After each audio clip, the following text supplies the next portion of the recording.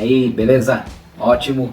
Pronto para mais um estudo? Esse é um resumo do texto O Ensino da Técnica e a Aquisição de Habilidades Motoras no Desporto, escrito por Gotani, Sueli dos Santos e Cássio de Miranda Meira Júnior. Este é um dos 37 textos que estão no livro Pedagogia do Desporto. Ok? Tá aqui a capa. Então vamos começar com introdução.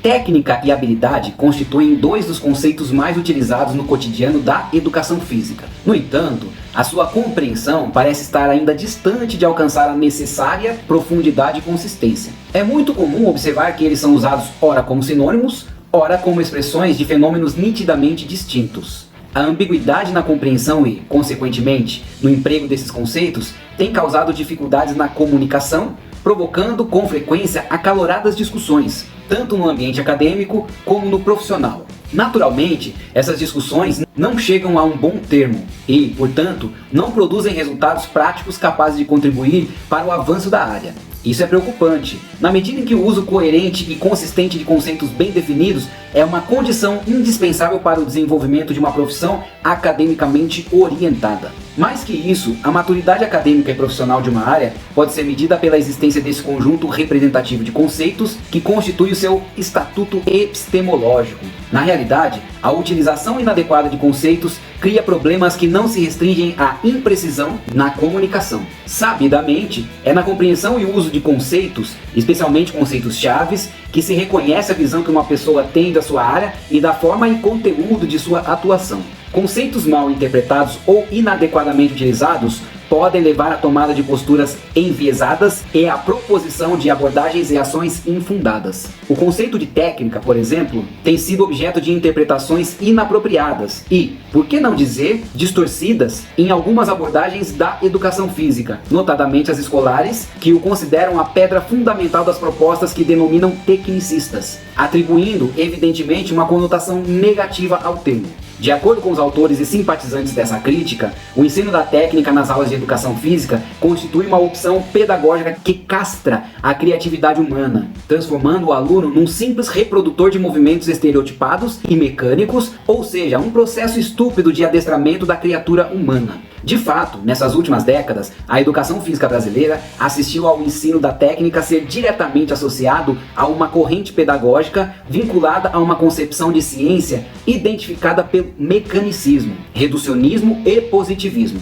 entre outras orientações. Essa associação, feita sempre de forma denunciativa, tornou-se a bandeira das abordagens autorrotuladas de progressistas, críticas ou revolucionárias, para que elas pretensamente sempre se apresentem como contraponto a essa abordagem tecnicista. Obviamente, não se está aqui defendendo a chamada abordagem tecnicista, mas apenas apontando que o conceito de técnica foi mal interpretado e inadequadamente utilizado nesse contexto específico. Da mesma forma, o conceito de habilidade motora tem sido interpretado erroneamente por esses mesmos críticos. Muitos deles verdadeiros arautos de uma educação física capaz de garantir a emancipação humana plena, visto que tem sido por eles entendido como um desempenho motor alcançado mediante repetição alienante e sistemática de movimentos pré-determinados e desprovidos de significado cultural, em que ganhos e implicações em outros domínios do comportamento, especialmente no afetivo e no social, são intencionalmente ou por omissão desconsiderados. Essas críticas emanam, invariavelmente, de posturas ideológicas de natureza dogmática que se consideram privilegiadas, detentoras da fórmula mágica para se promover a formação humana, isto é, que já possuem a resposta para essa difícil questão. Subestimam, por conseguinte, a necessidade de se dedicar à incansável tentativa de comunicar com a natureza, estabelecendo com ela um diálogo, donde se destacam pouco a pouco perguntas e respostas. Enfim, são posturas que não se apoiam na ciência, ciência entendida como um empreendimento que busca aproximações sucessivas a essa resposta, se é que ela existe. Um sistema revolucionário por excelência. No presente texto, uma postura diferente será adotada. Buscar-se-á na ciência, mais especificamente num campo de investigação denominado aprendizagem motora, conhecimentos acerca de técnica e habilidade que possam contribuir para a pedagogia do desporto. Pretende-se resgatar esses conceitos de críticas tendenciosas e explorar a relação entre eles para se discutir as suas possíveis implicações no ensino do desporto. Trata-se, portanto, de uma contribuição que se situa no campo da proposição, uma espécie de hipótese operacional para intervenção, aberta à experimentação para testar a sua efetividade. É importante ressaltar que a utilização inadequada de conceitos na educação física não se limita aos abordados neste texto, técnica e habilidade. Como tem sido repetidamente apontado, a educação física demonstra fragilidade em relação ao seu estatuto epistemológico. Desse modo, esforços visando a estruturação de um conjunto de conceitos que expressem de forma clara a natureza e o conteúdo da área constituem necessidades fundamentais para a sua evolução. Oxalá este trabalho possa constituir-se numa contribuição também nessa direção. Estão entendendo? É um resumo fiel. Então, qualquer coisa relacionada à religião é porque estava assim no texto. Então vamos lá para o próximo tópico, definindo conceitos, habilidade e técnica. A habilidade motora tem dupla face. Se observa o movimento de pessoas altamente habilidosas, seja no esporte, na dança, na arte, no trabalho ou nas atividades do cotidiano, tem-se a impressão de que o mesmo envolve muita simplicidade e facilidade, pois evidencia harmonia e suavidade na execução e parece alcançar o objetivo sem a necessidade de maior esforço. Por outro lado, quando a atenção é direcionada ao processo pelo qual se chega a esse movimento, percebe-se a dimensão da sua dificuldade. Em outras palavras, reconhece-se facilmente o resultado de ações habilidosas, mas não o processo subjacente à sua aquisição. A palavra habilidade motora é normalmente utilizada para indicar duas coisas relacionadas, porém distintas. A. Um ato ou tarefa que requer movimento que deve ser aprendida para ser adequadamente executada. Por exemplo, a bandeja no basquetebol, a cortada no vôlei ou a bicicleta no futebol. E B, um indicador de qualidade do desempenho, ou seja, uma expressão do grau de proficiência na execução do movimento. Por exemplo, um elevado nível de habilidade é demonstrado quando um ceramista experiente produz um vaso, um músico reconhecido toca o violão ou um marceneiro profissional serra uma madeira. O uso diferenciado da palavra deve ser identificado pelo contexto da frase em que ela está inserida. Como indicador da qualidade de desempenho, a habilidade motora pode ser definida como ação complexa e intencional, envolvendo toda uma cadeia de mecanismos sensório, central e motor, a qual, mediante o processo de aprendizagem, tornou-se organizada e coordenada para alcançar objetivos pré-determinados com máxima certeza. Enquadram-se no mecanismo central processos como percepção, tomada de decisão e programação de movimentos. Por se tratar de uma ação adquirida pela aprendizagem, implicando, portanto, uma mudança interna ao indivíduo, a habilidade é pessoal. E essa é uma característica fundamental que a diferencia da técnica. A habilidade é difícil de ver verbalmente descrita no que se refere a mecanismos e processos nela envolvidos. A técnica, por outro lado, é algo objetivo, cujas especificações podem ser expressas por meio da fala e da escrita, ou seja, em forma de palavras. Técnica pode ser conceituada, basicamente, de duas formas. A. Como uma informação disponível de antemão sobre a maneira de realizar um movimento específico. E B. Como uma informação disponível de antemão acerca do meio de alcançar um objetivo no meio ambiente externo, com eficiência. A parada de mãos e a estrela, exemplos no primeiro caso, implicam a execução de um movimento em conformidade com as especificações definidas externamente. Se essas especificações não forem atendidas, não se pode afirmar que as referidas habilidades foram executadas. Ao contrário, o arremesso à cesta no basquete ou ao gol no handball, exemplos do segundo caso, comportam em princípio várias alternativas de movimento, mas existe aquela que é reconhecida como a mais eficiente, pelo menos até o presente, no alcance do objetivo. Por exemplo, sabe-se que o lance livre do basquete é executado com maior precisão quando a bola é impulsionada com um dos braços e a mão do braço oposto dando-lhe sustentação, do que com os dois braços.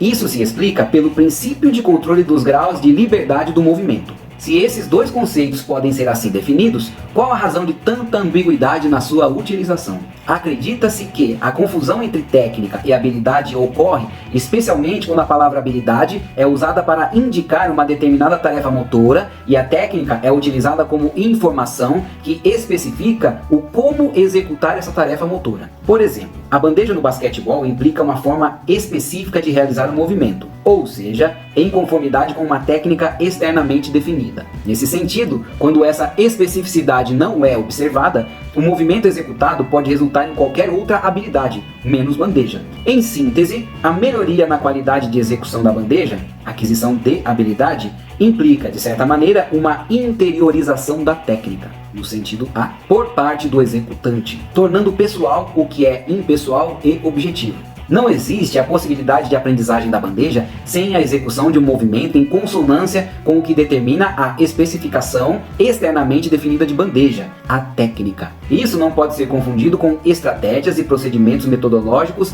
que são utilizados no processo até se chegar à habilidade, mediante a utilização da técnica. Da mesma forma, quando a técnica é entendida como informação referente ao meio mais eficiente de se alcançar o objetivo, no sentido B, e a habilidade, por sua vez, como nível de proficiência na execução do movimento, pode gerar dificuldades de entendimento, se não houver uma reflexão mais profunda. Então a pergunta que se faz é: o que significa meio mais eficiente se uma das características mais marcantes da habilidade é sua adaptabilidade? Voltaremos à discussão mais adiante. Feitas essas definições conceituais, percebe-se que existem muitas expressões presentes no cotidiano da prática profissional em educação física e esportes e também na mídia esportiva que necessitam ser revistas e corrigidas. Por exemplo, é muito comum ouvir-se a expressão "aquele atleta é muito técnico" ou "aquela atleta tem uma técnica muito apurada". Na realidade, o que se está querendo afirmar é "aquele atleta é muito habilidoso" ou "aquela atleta tem uma habilidade refinada".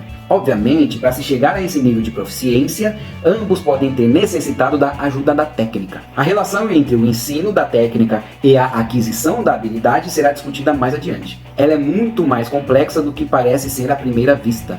Então vamos para o próximo tópico, que é o papel da habilidade na evolução da técnica.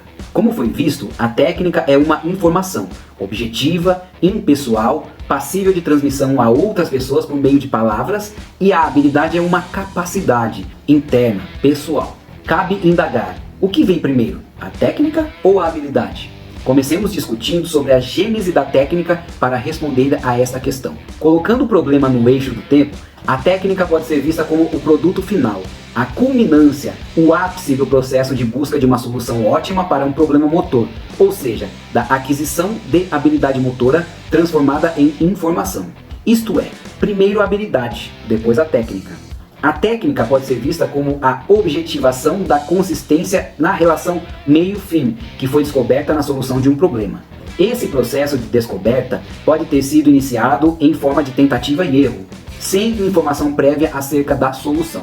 Nesse sentido, a técnica concentra, condensa, encerra em torno de si todo o esforço humano na busca da eficiência para a solução de um problema. Ela consiste em uma habilidade que foi posteriormente transformada em algo passível de ser transmitido a outras pessoas, viabilizando a transmissão cultural, algo que deixou de ser uma coisa pessoal para se tornar social. Portanto, a técnica é um patrimônio cultural da humanidade, uma descrição da própria história do empreendimento humano, da sabedoria acumulada.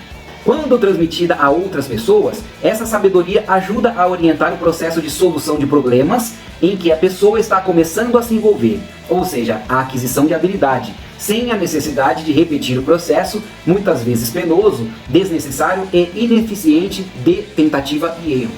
A continuidade dessa dinâmica, interação entre habilidade e técnica, está no cerne da própria evolução cultural e tecnológica da humanidade. Se a aquisição da habilidade implica muitas vezes a interiorização da técnica, sentido a maneira apropriada de utilizar a técnica no ensino de habilidades motoras constitui um grande desafio de pesquisa em pedagogia do desporto. No entanto, quando se discute a evolução da técnica e não o papel da técnica na aquisição da habilidade, um outro desafio se apresenta. Como a técnica é uma informação que se tem de antemão sobre a execução do movimento, ela faz parte do que se pode chamar de mundo conhecido, de forma que a sua disseminação pode resultar apenas na manutenção do status quo. Diante disso, como explicar o surgimento de novas técnicas? Em outras palavras, se a transmissão da técnica implica a sua auto-perpetuação, como entender a dinâmica de sua evolução? Uma possível saída para esse impasse é considerar que, Quando uma técnica é ensinada, ela pode, ao mesmo tempo, auxiliar na busca de solução para um problema motor imediato e também se constituir no pontapé inicial do processo de seu autodesmantelamento no futuro, desencadeando exatamente pela qualidade que ajuda a adquirir. A técnica pode ser vista como ponto de partida e também de chegada no ensino da habilidade. Ponto de partida porque orienta a busca de solução para o problema motor, referência reguladora. Ponto de chegada porque resulta na habilidade em conformidade com suas especificações, realização. Claro está que, se o objetivo é explicar a evolução da técnica, ela deve ser vista muito mais como ponto de partida e não como ponto de chegada, ou seja, como orientadora dos aspectos macroscópicos do movimento para que, na chegada, ela esteja ajustada às condições individuais, respeitando e incorporando as idiosincrasias individuais. A habilidade assim adquirida teria maior potencialidade para tornar-se no gatilho para uma nova técnica. A evolução da técnica ocorre basicamente como consequência da ação de indivíduos habilidosos que procuram negar o status quo e introduzem novidades na maneira de solucionar problemas motores. As mudanças na técnica são mediadas pela habilidade, resultando num ciclo evolutivo de que técnica é transformada em habilidade, essa habilidade originando uma nova técnica e assim sucessivamente. O fundamental nesse processo é que essa dinâmica só é possível se existirem indivíduos capazes, mediante o desenvolvimento de suas habilidades, de desafiar o mundo conhecido, criando coisas novas que vão além das especificações da técnica já existentes. A evolução da técnica no salto em altura no atletismo ilustra bem esse processo. Do salto tesoura frontal até chegar ao Fosbury Flop, passando pelo rolo ventral, foram necessários não somente indivíduos capazes de utilizar a técnica existente para a busca do melhor desempenho, mas principalmente aqueles que introduziram padrões totalmente novos, como fizeram Valerie Brummel e Dick Fosbury. O grande desafio e ao mesmo tempo profundo enigma desse processo é como formar indivíduos capazes de quebrar o status quo mediante o ensino de algo que faz parte desse status quo. Mesmo porque, apesar de a criação de coisas novas envolver o acaso, essa capacidade do ser humano de negar o já existente para introduzir modificações é algo que exige muita curiosidade e forte ousadia para ser desenvolvida. A pedagogia do desporto vigente adota como princípio importante o estímulo à ousadia e o respeito à curiosidade, ou promove a sua inibição por meio da padronização dos indivíduos, vendo a técnica estritamente como ponto de chegada. Criar coisas novas pressupõe liberdade na escolha de ações. Como não existem regras para garantir a criatividade, resta discutir as eventuais condições que possam estimulá-la. Talvez uma alternativa nessa direção seja olhar com carinho o processo de aquisição de habilidades motoras para obter alguns insights interessantes. Antes, porém, como a aprendizagem motora depende da especificidade da tarefa, é importante iniciar esse trabalho pela análise das características da habilidade. O próximo tópico é o papel da técnica na aquisição de habilidade. Antes disso, vamos dar uma pausa, beber um pouquinho d'água, alongar e daqui a pouquinho retornamos.